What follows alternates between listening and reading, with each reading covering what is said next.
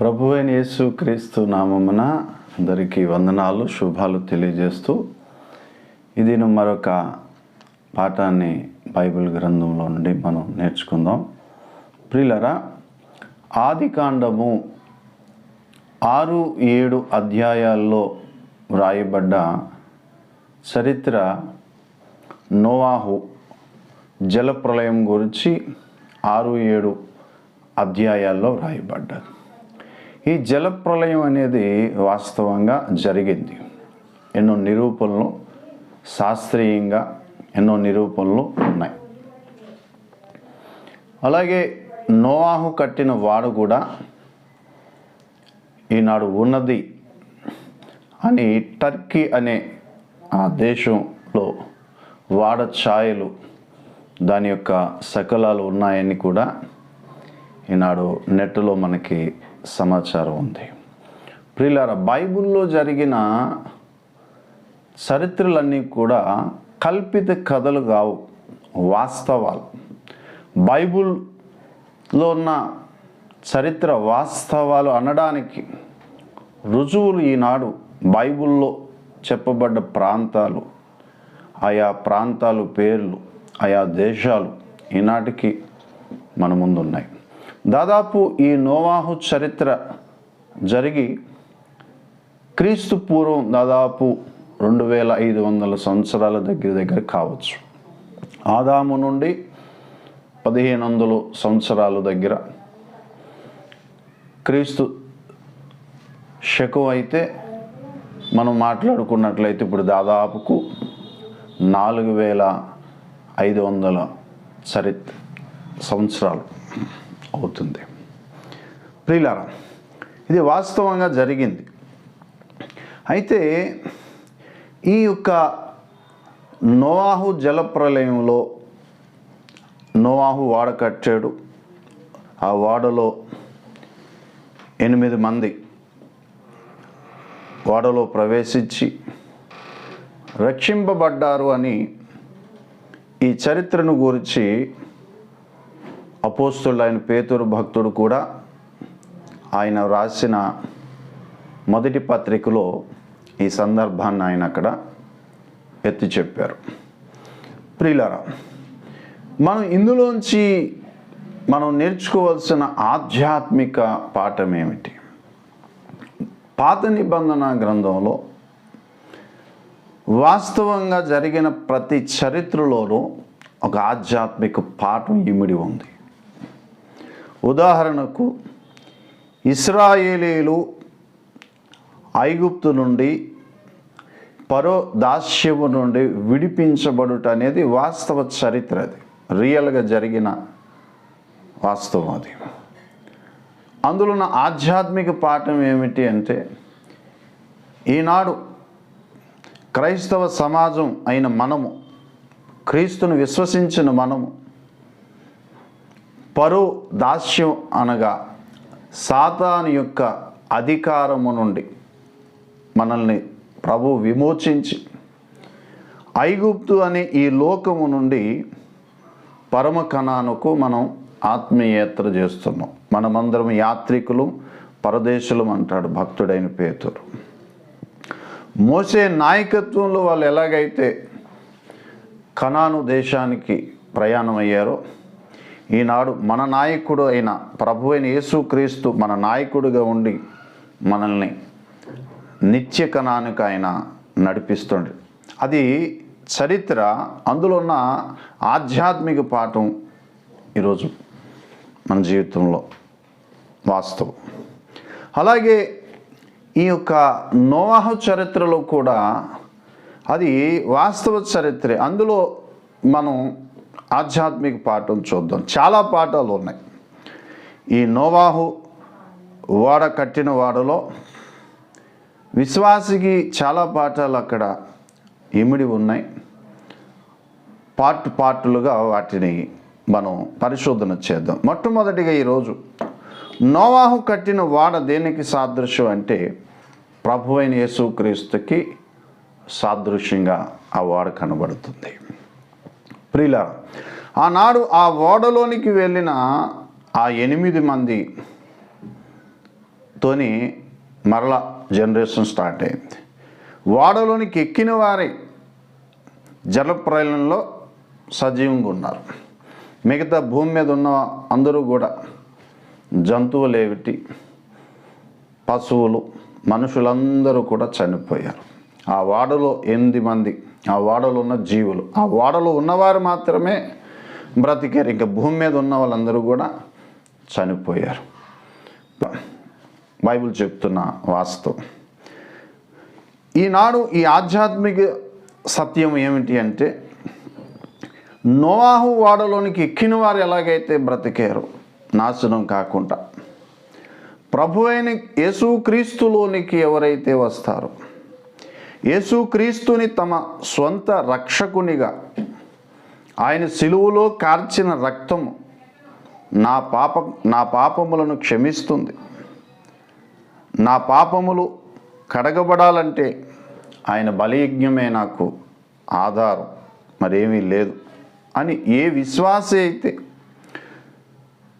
నమ్ముతాడో, ఏ వ్యక్తి అయితే నమ్మి క్రీస్తులోనికి వస్తాడో, ఆ నోవాహు ఓడలో ఎలాగైతే 8 మంది బ్రతికారో, ఈనాడు క్రీస్తులో ఉన్నవాడు కూడా భవిష్యత్తు రాబోతున్న ప్రమాదం నుండి తప్పించబడతారు.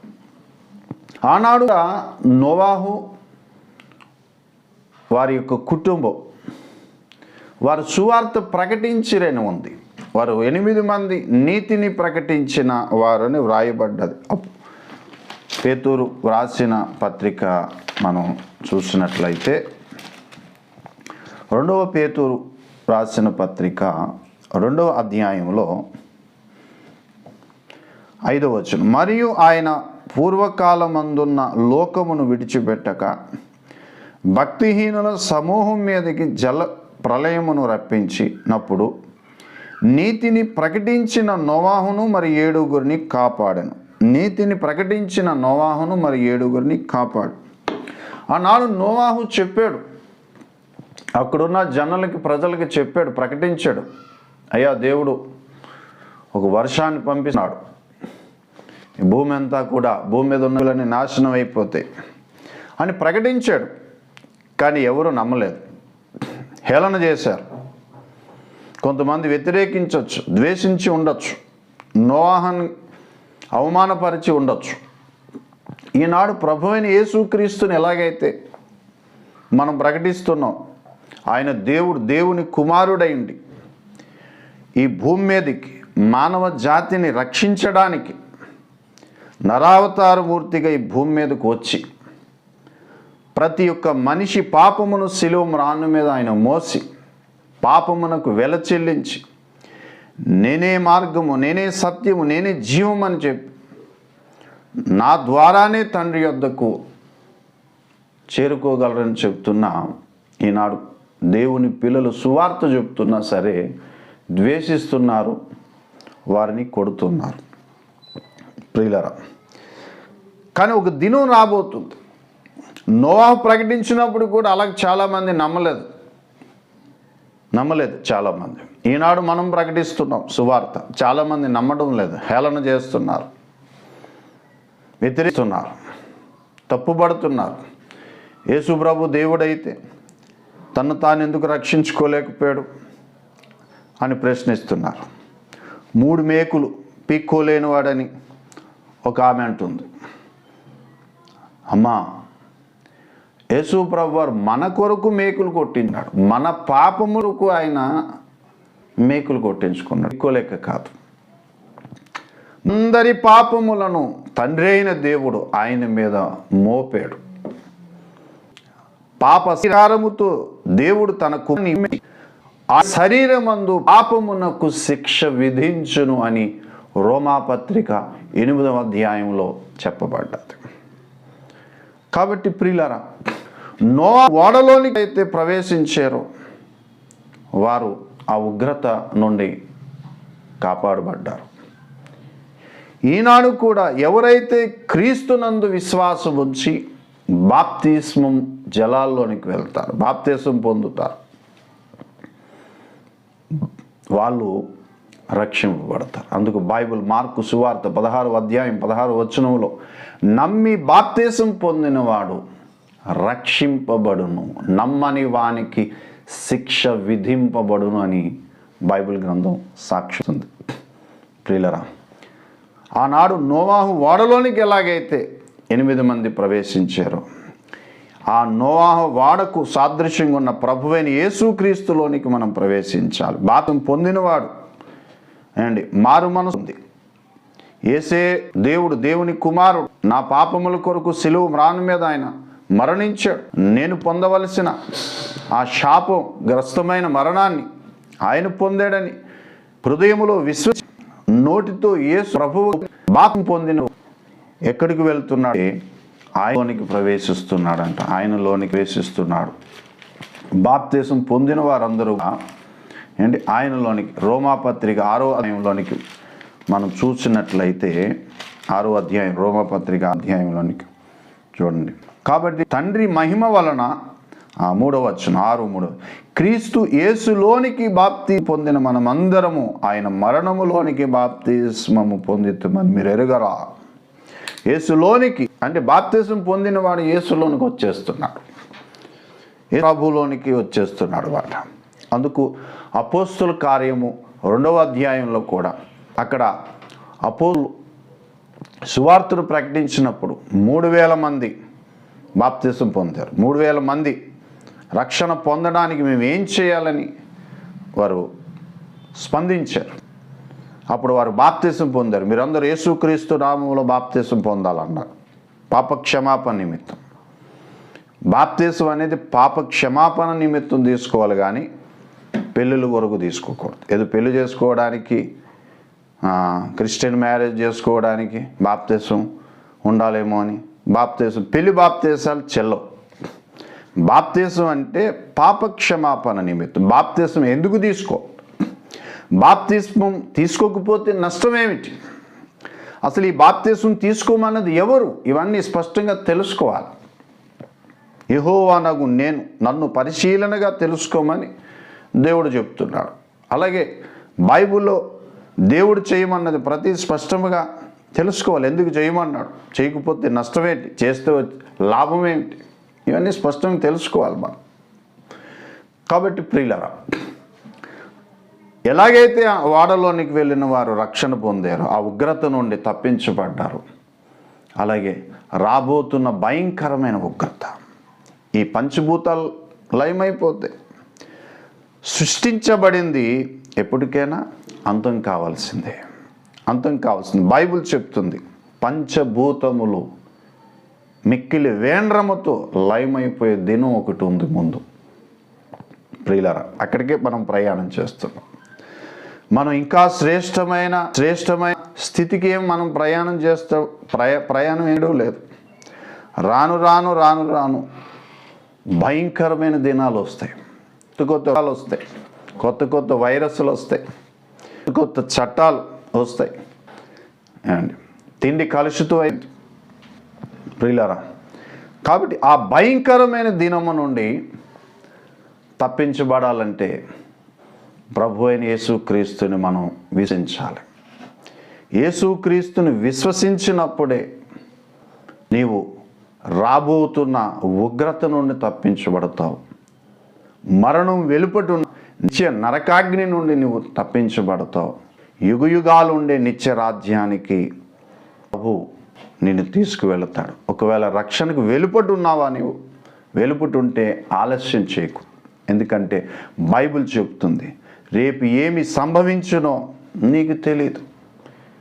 నీ జీవం ఏ పాటిది, ఇంతలో కనబడి అంతలో మాయమయ్యే ఆవిరి వంటిది అంట, నీటి బుడగ వంటిది. మన కళ్ళ ముందు చూస్తున్నాం ఎన్నో మరణాలు. వయస్సుతో తారతమ్యం లేదు, మరణానికి వయసుకి సంబంధం లేదు. ఏ వయసులో ఉన్నవాడి దగ్గరికైనా మరణం వస్తుంది. మన కళ్ళ ముందు చిన్నపిల్లలు చనిపోతున్నారు, యవ్వనస్తులు చనిపోతున్నారు, బాలుళ్ళు చనిపోతున్నారు. మన కళ్ళ ముందు ప్రతిరోజు మరణాలు మనం చూస్తూనే ఉన్నాం. యాక్సిడెంట్ల ద్వారా చనిపోతున్నారు. ప్రియులారా, మనం బ్రతుకుతామని రేపు గ్యారంటీ లేదు. ఈరోజు సుఖంగా మనం పడకల మీదకి వెళ్ళేందుకు మనకి గ్యారంటీ లేదు మన బ్రతుక్కి. కాబట్టి ప్రియులరా, ప్రభువైన యేసుక్రీస్తుయే ఉన్న ఉగ్రత నుండి, నరకము నుండి తప్పించగల ఏకైక దేవుడు, సృష్టికర్త అయిన దేవుడు. ఆనాడు ప్రకటించాడు నోవాహు, నమ్మలేదు. నమ్మలే చేత అనేకులు 8 మంది ఓడలోనికి వెళ్ళిన వారే బ్రతికారు. ఈ ప్రభువైన యేసుక్రీస్తు గురించి ప్రకటిస్తూ అనేకులు నమ్మడం లేదు. కానీ నమ్మిన వానికి రక్షణ. కాబట్టి నమ్మి బాప్తిసం పొందినవాడు కడవరకు క్రీస్తులో నిలకడగా ఉండాలి. హైదరాబాదు, కాకినాడ నుండి హైదరాబాదు వెళ్ళడానికి ట్రైన్ ఎక్కాం. ఆయన ఎన్నో స్టేషన్లో ఆగుతారు. కానీ హైదరాబాదు చేరాలంటే మధ్యలో దిగిపోకూడదు. మధ్యలో దిగిపోతే మనం గమ్యానికి చేరలేం. ఆ గమ్యం చేరేంత వరకు ఆ ట్రైన్లో ఎలా ఉండాలో అలాగే నీవు కడవరకు పొందిన నుండి కడవకు క్రీస్తులో నీవు నిలిచివాలి. కష్ట సమస్యలు ఎందులో వస్తాయి, అవమానాలు. నన్ను వెంబడింపగోరిన వాడు తను తాను తగ్గించుకొని తన సిలువనెత్తుకొని నన్ను వెంబడించాలన్నాడు. ప్రభు ఆదరిస్తాడు. ఆయన వాగ్దానాలు మనల్ని ఆదరిస్తాయి. పరిశుద్ధాత్మ దేవుడు మనల్ని ఆదరిస్తాడు. కాబట్టి ప్రియులారా, ప్రభువైన యేసుక్రీస్తుని ఇంకా నీవు నమ్మకం నీకు మంచి కొలస. ప్రభువైన యేసుక్రీస్తునందు విశ్వము నీవు ఇంటి వారు రక్షింపబడదు. ఒకవేళ ప్రభువైన యేసుక్రీస్తుని నమ్మి నీవు రక్షణ పొందిన విశ్వాసం అయితే కడవరకు ఆయనలో స్థిరముగా ఉండు. మరొక సందేశం కలుసుకుందాం. Praise the Lord. God bless you.